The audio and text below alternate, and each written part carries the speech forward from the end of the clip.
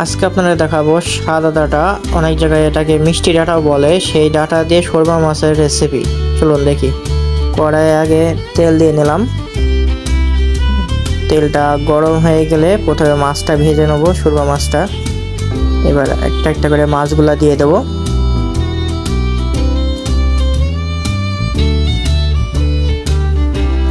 মাছগুলো আগে ভেজে নিতে হবে।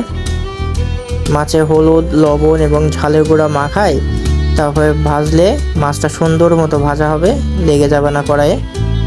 দেখেন মাছটা আমার ভাজা প্রায় শেষের দিকে। এবার মাছটা আমি বাটিতে তুলে নেব। তারপর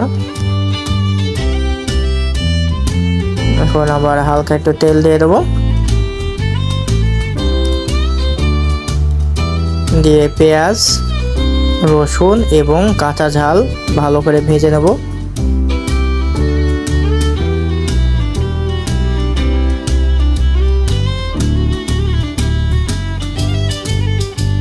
একটা বাদামি কালার হয়ে আসলে সেই জায়গায় আমরা লবণ, হলুদের গুঁড়া, তারপরে জিরা গুঁড়া এবং পরিমাণ মতো ঝালের গুঁড়া দিয়ে ওটাকে হালকা একটু নেড়ে নিতে হবে। নাড়া হয়ে গেলে ওই জায়গায় হালকা পানি দিয়ে দেবো, মশলাটা ভালো করে কষিয়ে নেওয়ার জন্য।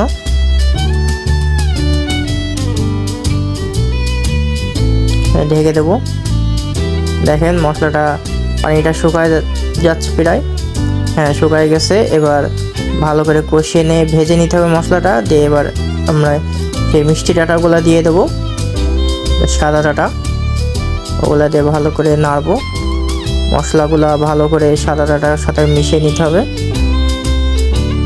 মেশানো হয়ে গেলে হালকা পরিমাণ পানি দিতে হবে ওইটাকে ভালো মতো কষিয়ে নেওয়ার জন্য।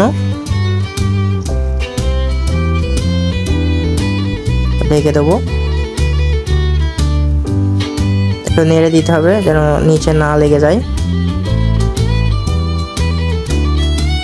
দেখেন পানিটা শুকায় গেছে। এবার একটু কষিয়ে নেবো। কষিয়ে তারপর ওই জায়গায় আমরা গরম পানি অ্যাড করব। পরিমাণ মতো গরম পানি দেওয়ার পর ওইটাকে ঢেকে দিতে হবে পানিটা ফুটিয়ে নেওয়ার জন্য। দেখেন পানিটা ফুটে গেছে। এবার একটা একটা করে আমরা মাছগুলা দিয়ে দেবো, শোরবা মাছগুলা। মাছগুলো দেওয়া হয়ে গেলে আমরা আবার কড়াইটা ঢেকে দেবো। দেখেন এরপর পানিটা ভালো ফুটতেছে, বারবার নাড়তে হবে তলায় লেগে না যায়, সেজন্য দিয়ে আবার ঢেকে দেবো আমরা। এবার তরকারি প্রায় শেষের দিকে জিরা ভাজার গুঁড়ো অ্যাড করে দেবো, দিয়ে জিরা ভাজা দেওয়া হয়ে গেলে আবার ঢেকে দেবো। দেখেন তরকারিটা হয়ে গেছে। ধন্যবাদ সবাইকে। ভালো লাগলে চ্যানেলটা সাবস্ক্রাইব করে দেবেন।